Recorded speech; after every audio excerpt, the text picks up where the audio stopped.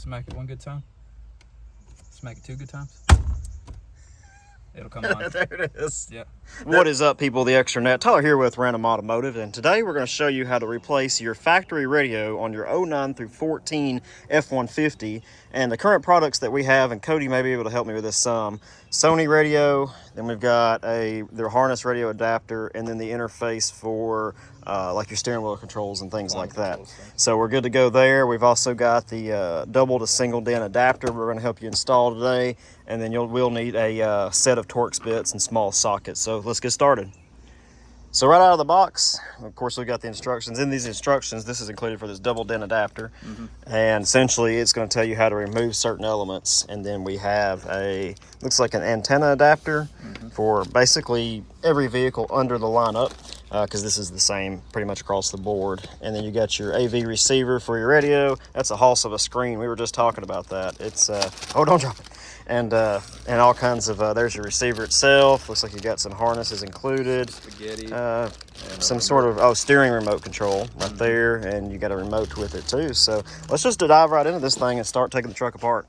So we already removed this. What was involved with this? Oh, honestly, nothing. All we did was just pull it up. We put this down into like drive, and then it just goes up at an angle and back out. So it's just clips? Yeah. Oh, okay, I got you. I see them here. One, I two, had my wife, three, I took it four. apart the rest of the way, and I had my wife wrapping it to match the wrap for the new radio we got Carbon put in. fiber. We tried to make it match this, but the wrap that we got looks different. Close enough, though. So we wanted to wrap them both, make them look Very right. nice. So this essentially just comes out with the gear shift. You'll have to turn the key on, put the car in, or the vehicle in drive, and then just basically this pops right off. I don't think you need to remove this, but we went ahead and did it for more room to work with. But when I put it back together, I'll show you. That could be a separate video. I'll show you how everything goes back together. Got it. All right. Let's knock it out. Go ahead and pull the 12Vs off there and close that cap. And then, yeah, this is the era that Ford loved 50,000 buttons and very little screen. That was a very common thing for Ford around this time. Yeah, I don't know why. Yeah, more buttons looked fancier, I guess. I love it because right here is where the screen starts. Yeah, that's going to be perfect. You keep all your climate. Your climate's going to be beyond that, essentially, and then you're pretty much good to go. And then, will this screen here be still operational, or is it going to be essentially gone? From everywhere I've saw, it's just going to say built Ford Tough all the time. Oh. So hopefully that big ass screen. But you won't need it. No. You won't need it anymore, so that makes perfect sense. I should pop this out like that. Yeah. And then on the other side also. It might replicate it. Let's see. All right, yeah. So when you hit the power. Nothing.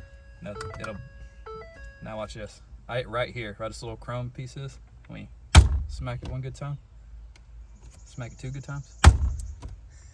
It'll come on. There it is. Yeah. Okay, so we're gonna go down here to the bottom panel where your USB and your aux cord is. And for you children that don't know what an aux cord is, it's literally a headphone jack. And if you don't know what that is, well, we're old. Oh shit. Remember VCRs? Huh? All VCRs, man. Back in the good old days. Betamaxes, 8 tracks. So from what I understand, we probably might not even need these anymore. Okay. Especially the auxiliary, but I think I'm just gonna leave it in there for some 8s. So you got some 8s. So just to go over what we have so far once we took this out, we've got an 8mm here next to your 12-volt cigarette lighter, and you've got 2 8s up top. And that should essentially get it loosened to where we could pull this out beyond these clips on this plastic. So he's going to go ahead and get started on the 8s. Not an 8. Not an 8. Okay, scratch that. Yeah. Let's try 7. Let's try 7. Is Ford going to be different with a 7? 7. 7 it is. Okay, I apologize. Ford's the only vehicle that don't use 8s everywhere. So I have to use a 7. And put a little bit of torsion into that. Yeah. I'm sure some dude back in 2011 was just like, phew. Oh, yeah. I mean, it was easy. So another 7 up top here. With a little bit of resistance on it, but not too bad. All right, and so, yeah, we're gonna go back in with the flat head and just kind of pop that back out a little bit. Looks like we made progress, but we really just pushed the radio back into there, so, you know, it's fine. It's just the airbag. Who needs airbag? Oh, there you go. Yeah, I just gotta pull this side out first. There you go. Oh. Whole unit. All right. Okay, so essentially a little bit of brute force, it just falls out. We know what we're doing. Yeah. Don't you worry about it. We got this. Okay, so behind. Yeah, we're gonna start unclipping some wires here. Okay. And if you look right Get here and see if we can show that to you guys. Yeah, so we'll start with the top. And there's tabs on all of these, it appears, so it's pretty easy. It'll be.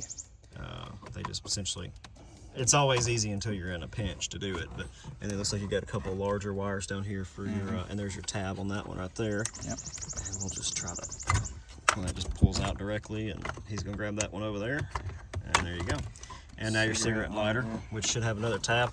That same connector on that cigarette lighter has been in use, I think, since 1990.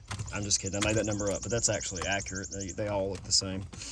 And so essentially once we get that done, which those are always a bear to get off, once that connector comes off, we're gonna free this panel up, and that's it for that panel, essentially.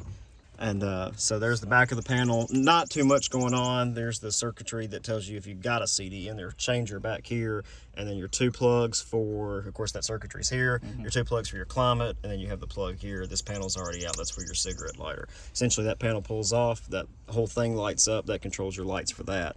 And then the front of it, of course, you saw it earlier. Now, if we look into the truck here, you've got a 6-disc CD changer that came factory with the truck from Moco. And that's basically what it is. That's your radio head unit. We're gonna say a 7. Yep. And those are in there a lot looser. They just wanted to secure it, you know. They knew after 3 bolts and 4 clips, we were never getting in there. Yeah. After that, they were like, whatever. That's your problem. And good news is these are all the same, so you don't have to worry about mixing them up. Perfect. That's even better because I have that issue. And so this unit pulls out. That's a massive unit, but I guess it's that 6-disc CD changer caught on that wire there. Yes, sir. And so out back, you've got your antenna wire and your 2 interface plugs that just come right out. You care if I pull these out? And so these will come out. If I can grab a hold of it. I'll let you grab that when I pull this antenna out. Okay, just kidding, not gonna pull that out either. All right, so now that this is hanging out here, we're just essentially gonna pull that out. I believe it just pulls out with one force. Yep, just like that. That's a knuckle buster. This is the new faceplate that my wife very much wrapped pretty good, actually. And so we're going to take the buttons that we need out of here and put them into here. So essentially, you'll need your climate controls, your cigarette lighter. You got the space down there for your aux cords and your hazards and passenger airbag indicator and traction control off. So we're going to work on popping those out now. We'll start with the hazards and your airbag illumination. Appears like that's just essentially a clip, and that just pops out the front. Just one clip on either side. Push them in, push them out. If they give you a lot of trouble, use a breaker bar. Yeah, you know. So that unit just pops out. Got the spaces for the clips on it, and then we will essentially just snap that in the new unit. So Torx T20 to take the climate control unit out, and essentially it's just attached right on there. We'll get that right out. That'll pop out and then screw into the new unit, which we have back here, and then it's pretty much self-explanatory from there. After 4 Torx bits, that essentially just lifts out of there, right and then there's your climate control module. Pretty simple. And then the cigarette lighter, all you gotta do is really just push on the other side. And there you go, pops right out. We'll hold on to that too. All right, now let's get our new panel set up. So on the new panel, it's essentially just the opposite of the old. We insert in our hazards and airbag indicator, and it should just snap right in. Make sure your buttons are operational. Yeah, make sure they click down, especially if you wrap something like that. You know, you want to make sure they don't get caught up and they look good and snapped right in. So now we'll go with our climate control module. And of course, there's only one way to orient that. So once you get it lined up, it'll just go down in there and line up with your screw holes. I've seen people 3D print these bezels too. I don't have a 3D printer big enough to do that, or else I would have, but hey, you know, it's kind of cool. So our T20s have been replaced into our new bezel, and we're going to go ahead and replace our cigarette lighter. After that, it goes in from the front this go around and should just snap essentially right in over that new wrap and be good to go. And there you go. Almost that easy. Almost. A little bit of work in getting that in there. Those tabs are a little hard to push, and those tabs like to break off too, so just so you know. Okay, so essentially we're going to get started on putting in this new radio. Looks pretty good. Looks really good. I think so. Looks very good. So if you get the Crutchfield pack, starter pack or whatever, it'll come with this, especially for this truck, and you can't mess this up. they're labeled on the brackets for right and left. Got it. And all you do is really just slide it until it clicks. A very audible click. And then left. Very, very satisfying type click. It is. There it is. There we go. And now we're going to slide the radio in. And that's easy. So that's what I really like about the website that I found, the Crutchfield. It really does come with everything. It takes all the guesswork out of it. Yep. So and especially depending on what type of radio you order. Like, you may get a Kenwood or a Pioneer, you may not even need this, but since I got the Sony, it's specifically for the Sony radio, so it works out very, very well. And we'll have links to this all in the description in case you guys want to buy essentially the same radio. Moment of truth. Oh, man, we're all blurry. So, and then we're going to stick the radio through the new bracket try, and it should just snap in. And so you got to work that in there just a little bit, and then your new radio just snaps right in. There you go. And then we have the faceplate. And then you put that bezel over the edges there, and it essentially just goes in under those two little hash marks there, and they snap right in over that to kind of clean that look up a little bit. Although you will have the screen kind of covering all that. If you had a single DIN radio that is the OG style, it would be a little bit different of a deal. But that's what it looks like, and the unit's pretty much ready to be plugged in and bolted up now. So yeah, even though it's all plastic, that feels pretty good. Pretty sturdy. It's actually just like the rest of the truck. This is the plug-in that's specifically for Sony radios. Yeah. So it actually, no essentially joke, just plugs right into that, clips right in, so we're good to go there. No splicing, no anything. No. And then we have this box, which is the rest of the wires. Harness that also includes the wires for the interface, which should be plug and play. Awesome. So let's get it all ready to go. What we'll do is, yeah, sure. And we're just going to match our connectors up, essentially. So we'll come down here, and I can tell that already goes to that right here. Yep. So this one goes to the back of the radio. I'll save that one for last. Yep. We have some interface connections too. Also, let's double check and make sure this fuse is good before we do all this for no reason. Blown out of the factory. You never know. You know. So essentially, we're going to start matching up wires here, and this is what you guys will do too here. And like that one goes right into that, and I'll let you take care of that, and I'll get it on video. And there you go. And just pop right into there. Easy enough. Goes in the square hole. So we're on the website, we signed in with an account, and we click flash your device and open. Now it's going to redirect here, and it should be able to request some certain information about the vehicle whenever it comes up. There's so many screens, man. And it's probably going to ask you to sign in there. We're going to log in for the 8th time.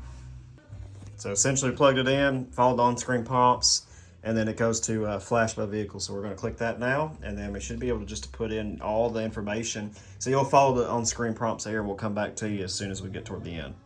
This software is called what now? WebLink Update. Mm-hmm. Okay. So what I did was I clicked on Windows. WebLinkUploader.com. We're going to put that link down in the description. Yeah. Well, basically, essentially download it for Windows. iDatalink.maestro.com/plugin. And the instructions are actually included with this. Mm-hmm. You download it just like you do any other program, and he's installing it now. So I clicked Windows, I downloaded it, it came up here, clicked it, I gave it, permissions, didn't read it all, whatever. Yeah. And then we're just going to accept the terms and conditions. Perfect. Go next.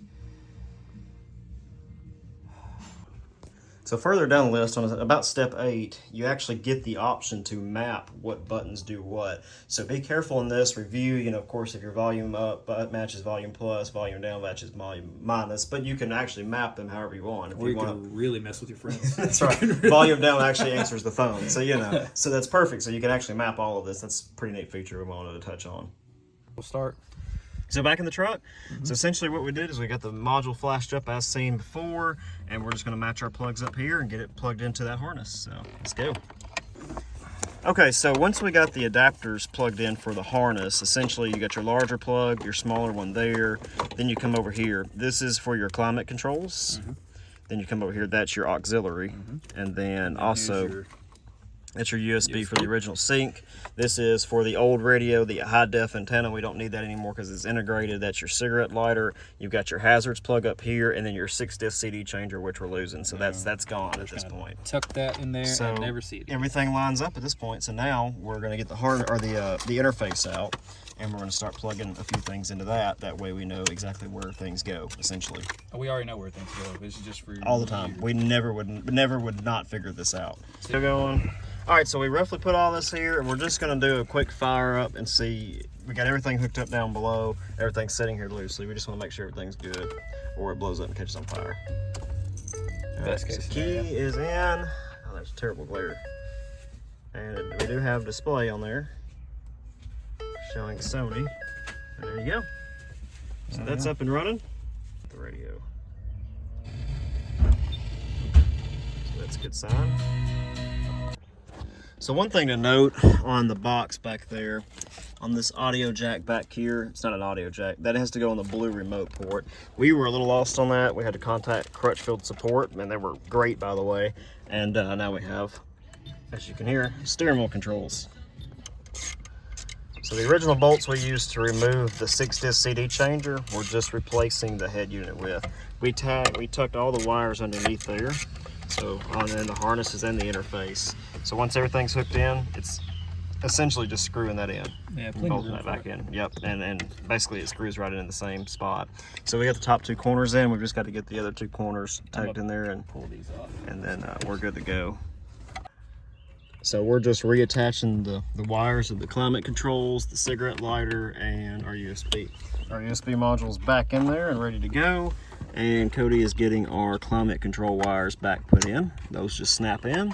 And then we'll have one more. That is the traction control, hazards, and passenger airbag indicator. And we're going to essentially clip this back in. We'll line it up, and then these clips will pop back in over it. So we'll start with the right and then work our way to the left. That's right. Now earlier it snapped in without asking. Here we go. No, it's not going to work. So we're just going to fight it. Technically, I guess you should probably take these off, but I'm not too concerned with that right now. We're just trying to get it in there the best way that we can and get it to snap in. All right, so we got the panel back in. Looks pretty good. Like I said, this one's still removed. We're gonna bring that back later. He's gonna go ahead and tack in our 7mm up top, and then we have the one down there at the bottom too. We're just gonna tack back in really quickly. Pretty simple. So we got it all buttoned up. We had Android Auto running just a second ago. It's working great. The USB port's located back here. Essentially the radio works great. Just got to throw in a few programming things, you know, for the time and things like that. I think he's got it pretty much where you want it. Sorry there's a terrible glare with the sun coming down, but if you guys enjoyed this video, be sure to give it a thumbs up. If you have any questions, be sure to throw those down in the comments, and until next time, we'll catch you in the next one.